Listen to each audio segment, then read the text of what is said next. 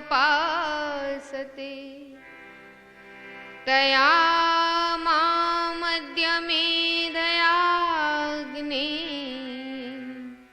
मेधाविनं कुरु स्वाहा।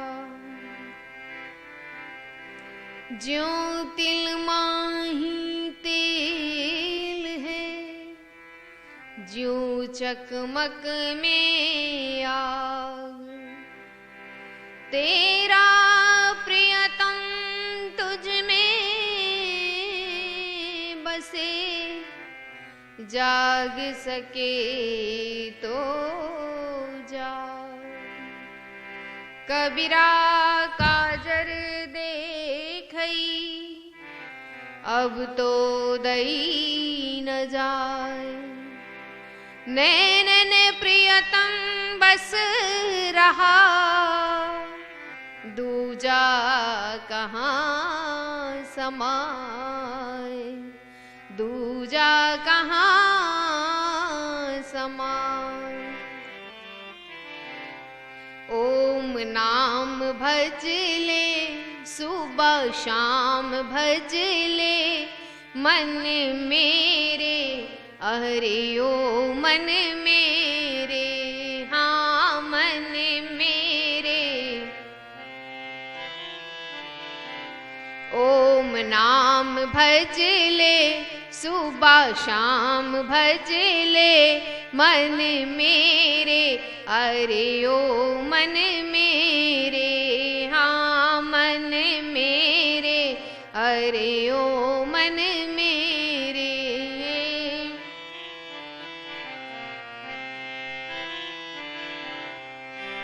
निज ओम नाम ईश्वर का, निज ओम नाम ईश्वर का, वही रक्षक है जगती भर का, वही रक्षक है जगती भर का।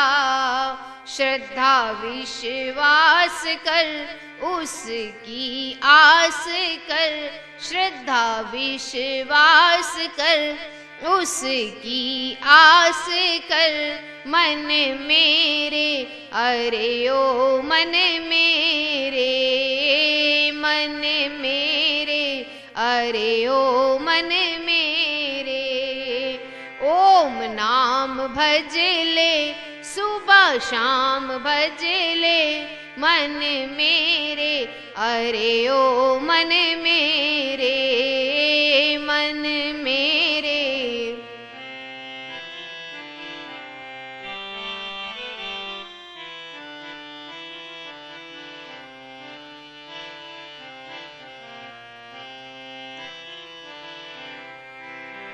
वही सबका है रखवाला, वही सबका है पालनहारा, ओ वही सबका है पालनहारा। जग में उसका ही है उजियारा, जग में उसका ही है उजियारा।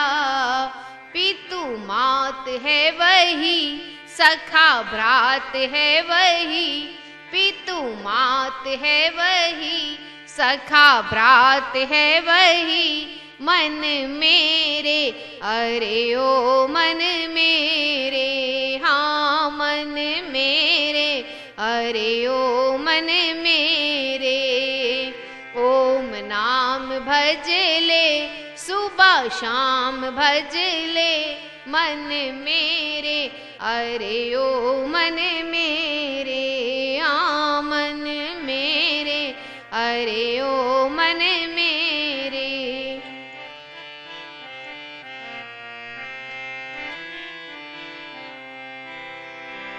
बिन हाथों जगत को बनाया, बिन हाथों जगत को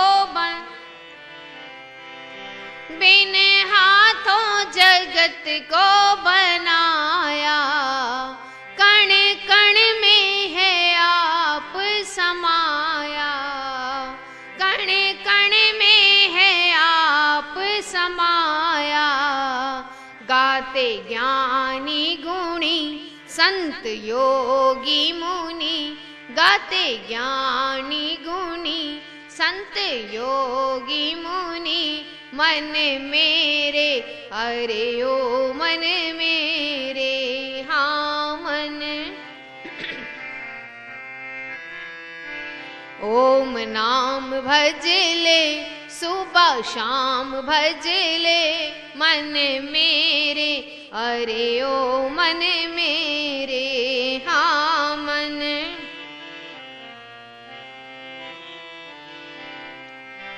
जो चाहता है सुख पाना, जो चाहता है सुख पाना, उस प्रभु को कभी ना भुलाना, उस प्रभु को कभी ना भुलाना। मधुर गीत तू गा प्रीत उससे लगा, मधुर गीत तू गा प्रीत उससे लगा। मन मेरे अरे ओ मन मेरे, हाँ मन मेरे अरे ओ मन मेरे। ओम नाम भज ले सुबह शाम भज ले, मन मेरे अरे ओ मन मेरे, हाँ मन मेरे अरे ओ मन मेरे, मन मेरे अरे ओ मन मेरे। त्रिलोचन जी, वो माता जी को पत्र नहीं दिया आपने? कमर सीधी करके बैठ लें, नेत्र बंद कर लें, अपने मन को अपने पास रखें। 3 बार परमेश्वर के मुख्य नाम ओम का उच्चारण करेंगे। लंबा और गहरा श्वास लेंगे, मन में चिंतन करेंगे, हे परमेश्वर आप सर्वरक्षक हैं, आप सबकी रक्षा करते हैं, हमारी भी रक्षा कीजिए।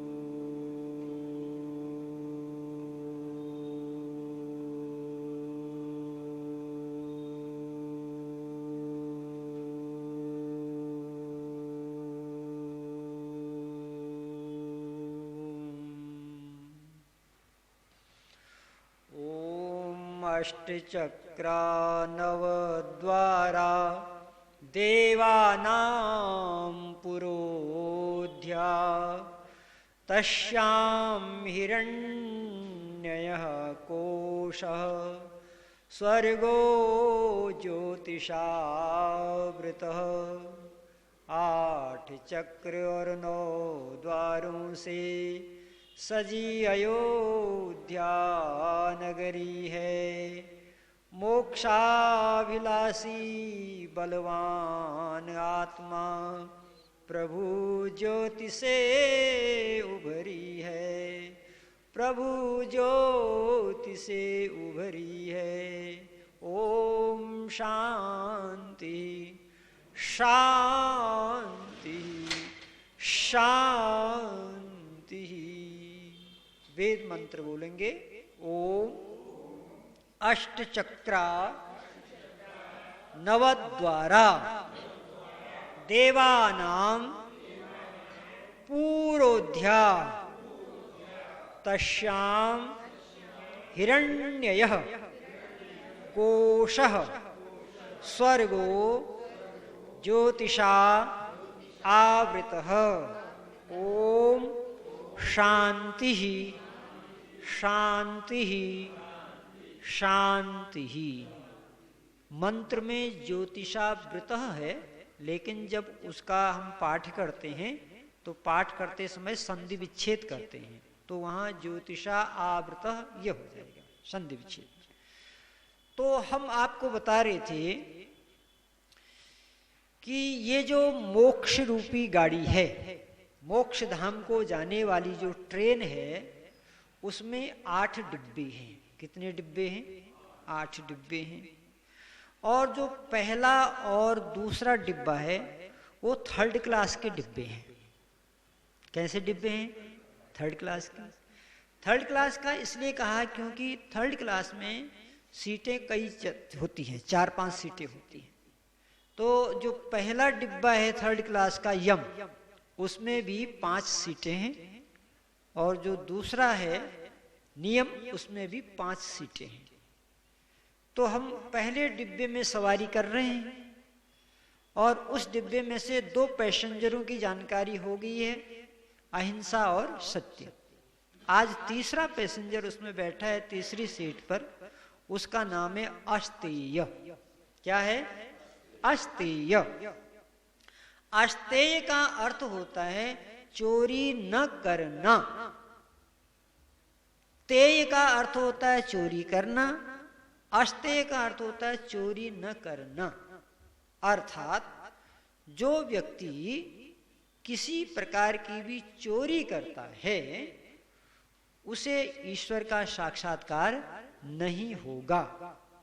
ये गारंटी है वेद की, ये गारंटी है ऋषियों की। अब हम इस चोरी शब्द को ज्यादा महत्व नहीं देते, लेकिन ऋषियों ने महत्व दिया है। वो कहते हैं चोर व्यक्ति कभी भी ईश्वर को नहीं प्राप्त कर सकता, इसलिए अपने जीवन में मन से, वाणी से, शरीर से चोरी का आचरण छोड़ना पड़ेगा। अब इसको कुछ उदाहरणों के द्वारा समझने का प्रयास करते हैं। मान लो आप पैसा जमा करने के लिए या निकालने के लिए बैंक में गए, आपके पास चेक बुक है, आपने अपनी चेक बुक निकाली। अब चेक बुक में आपको अपना नाम भरना है, अमाउंट लिखना है और अपने सिग्नेचर हस्ताक्षर करने हैं। आपने जेब की ओर देखा, पेन नहीं है, इधर उधर नजर दौड़ाया, सामने एक पेन रखी थी, आपने वो पेन उठा ली, अपना चेक भरा, दे दिया बाबू को, और आप पैसे लेके घर की ओर चले आए। परंतु आपने चोरी की, इस पर आपने ध्यान नहीं दिया। आप कहेंगे हमने कैसी चोरी की? आपने चोरी ये की कि जो पेन वहां पर रखी थी वो पेन किसी ने रखी होगी, अपने आप कहीं पर पेन नहीं आती है। जिसने वो पेन रखी आपने उससे पूछा ही नहीं और आपने अपना चेक बाउंड भर लिया। आप तर्क कर सकते हैं कि हम उस पेन को घर थोड़ी ले गए, जहां थी वहीं रख दिया।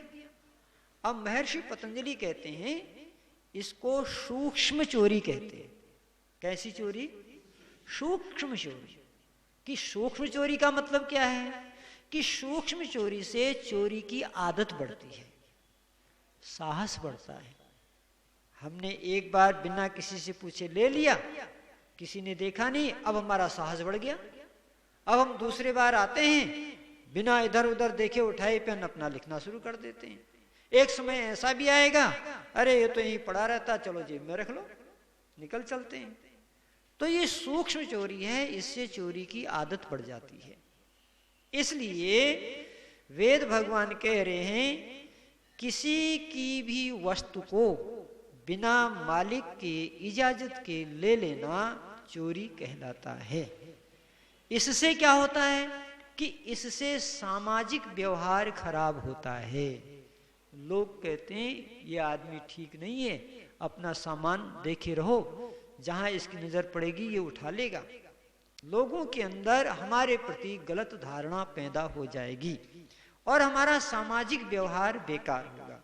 और यदि हम ऐसा नहीं करते तो लोग कहते हैं देखो अमुक आदमी बैठा है, चलो चलते हैं, चिंता मत करो, बहुत ईमानदार आदमी है, इसके रहते हुए कोई सामान दाएं बाएं होने वाला नहीं है। आपने देखा होगा स्टेशनों पर कई बार ऐसी परिस्थितियां आती हैं जब किसी अनजान आदमी से आप कहते हैं मेरा बैग थोड़ा आप देखिएगा, मैं अभी लौट के आता हूँ, तो आप उस व्यक्ति से कहते हैं जिस व्यक्ति के पर्सनालिटी को देख के, व्यक्तित्व को देख के आपको अंदर से आभास होता है कि ये व्यक्ति ठीक है, इससे हम काम ले सकते हैं। तो ये इतना गहरा है।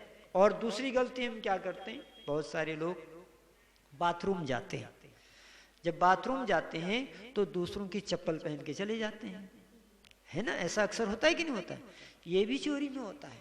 अब आप कहेंगे हम तो अभी ला के रख देंगे। अरे भाई आप ला के रख दे हुए, अगला आदमी को चप्पल नहीं मिला तो शोर करेगा ना, मेरा चप्पल कौन ले गया, तब किसी तीसरे को बताना पड़ेगा अरे बाबूजी लेके गए हुए हैं, तो ये चोरी में आता है।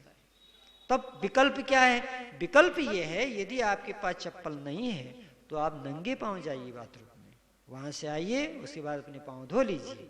इससे लोग कहेंगे देखो बहुत ईमानदार व्यक्ति है, दूसरों का चप्पल नहीं पहना, अंदर गया बाहर आया, पांव धो लिए, पांव धोना मंजूर था। आखिर लोग चप्पल क्यों पहनते हैं कि पानी लग जाएगा, पांव गंदा हो जाएगा, मिट्टी गंदा हो जाएगा। तो आपकी जब अपनी व्यवस्था नहीं है तो आप दूसरों की व्यवस्था का अपहरण कर रहे हैं, तो ये चोरी में आता है। इसलिए ऐसी चोरी नहीं करनी चाहिए।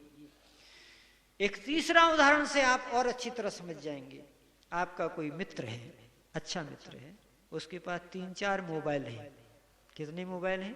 3-4 मोबाइल हैं। तो आप कहते हैं यार 3-4 रखे हो, एक मेरे को दे दो ना। ये आपने कह दिया, भले ही आपने मजाक में किया, लेकिन आपके अंदर चोरी का संस्कार पैदा हो गया। क्यों पैदा हो गया? क्योंकि आपको उसकी प्रॉपर्टी को देख के, उसकी संपत्ति को देख के लालच आ गया कि भाई 4 रख के क्या करेगा। अब वो क्या करता है क्या नहीं करता है, हमें उससे क्या लेना देना। हमें तो कभी भी किसी की दूसरे की संपत्ति पर लालच करना ही नहीं है। देख पराई चूपरी मत ललचाए, जीव रूखा सूखा खाए के ठंडा पानी पीव। और देख पराई चूपरी मत ललचाए, दूसरे के घर में सोना चांदी पड़ा हो, हमें क्या लेना देना है। वो उसका काम है, उसने पुरुषार्थ किया है, उसके पुरुषार्थ से उसको मिला है। इस जन्म में पुरुषार्थ किया या पिछले जन्म में पुरुषार्थ किया, अगर हमें आवश्यकता है तो हमें भी पुरुषार्थ करना चाहिए। पुरुषार्थ नहीं जिस नर में, वह नर पुरुषाकार है। पुरुषार्थ रहित इस जीवन को शत शत बार धिक्कार है। इसलिए ये भी चोरी में आता है। और क्या आता है चोरी में? कि आशा करना, किसी से कोई आशा करना कि भाई ये गिफ्ट में हमको दे दे, मित्र है हमारा दे देगा। तो आशा रखना थोड़ी देर तक तो ठीक है, लेकिन आशाओं की लिस्ट अगर हमारी बढ़ती चली गई तो आशाएं कभी पूरी नहीं होती हैं। संसार में आज तक कोई भी मनुष्य ऐसा नहीं पैदा हुआ है जिसकी सारी आवश्यकताएं पूरी हो गई हों।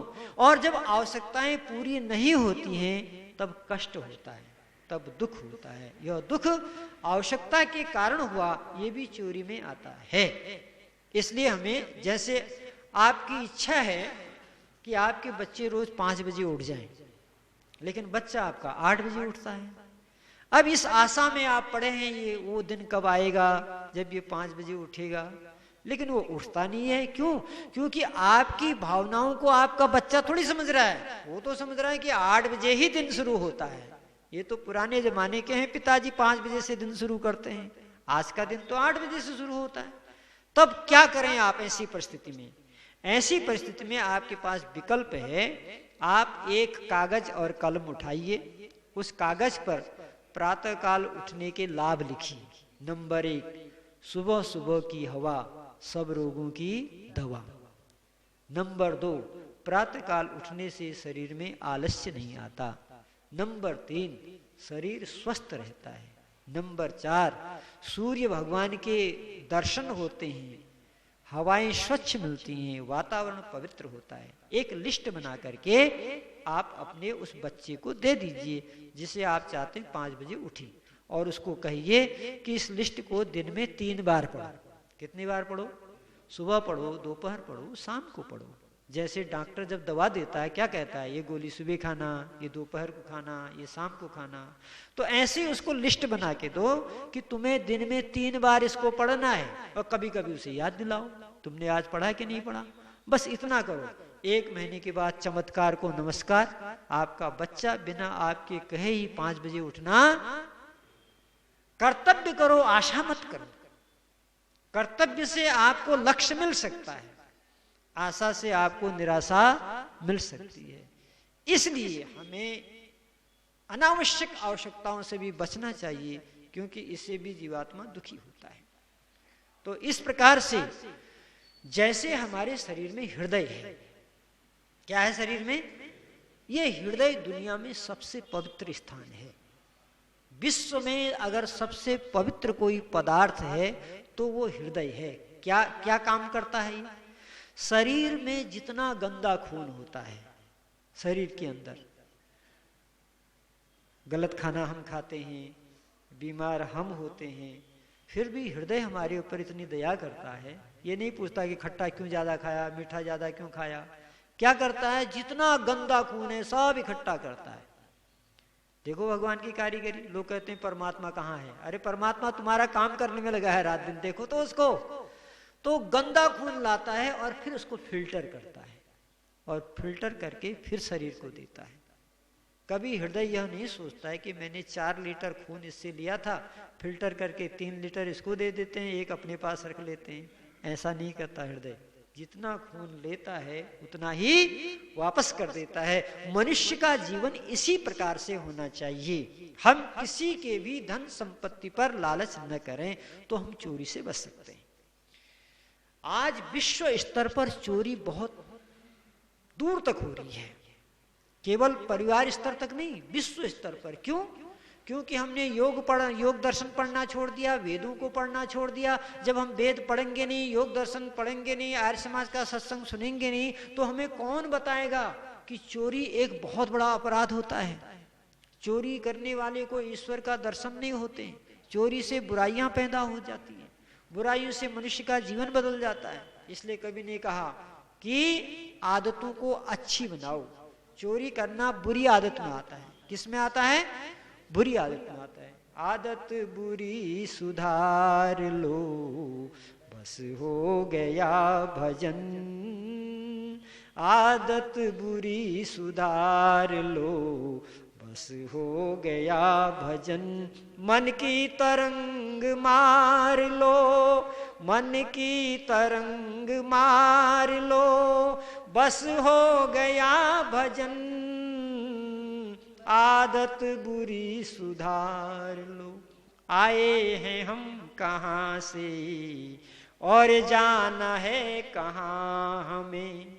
आए हैं हम कहाँ से और जाना है कहाँ हमें। इतना जरा विचार लो, बस हो गया भजन। अगर आपकी रॉन्ग हैबिट है, बुरी आदतें हैं, आपका पूजा पाठ जप तप तीर्थ स्नान सत्यनारायण कथा गायत्री पूजा सब बेकार है। क्यों? क्योंकि आपकी आदतें बुरी हैं। बुरी आदत का मतलब चोरी करना। अगर इस अस्तेय का नियम का पालन कानून बना के कर दिया जाए, कानून बना दिया जाए, चोरी करने वाले को मृत्यु दंड, ऐसे कानून मनुस्मृति में बने हुए हैं बहुत सारे, तो क्या होगा? राष्ट्र से संप्रदायवाद, जातिवाद, वर्गवाद, पूंजीवाद, साम्यवाद, मत, पंथ सब नष्ट हो जाएंगे एक अस्ते के नियम के पालन करने से।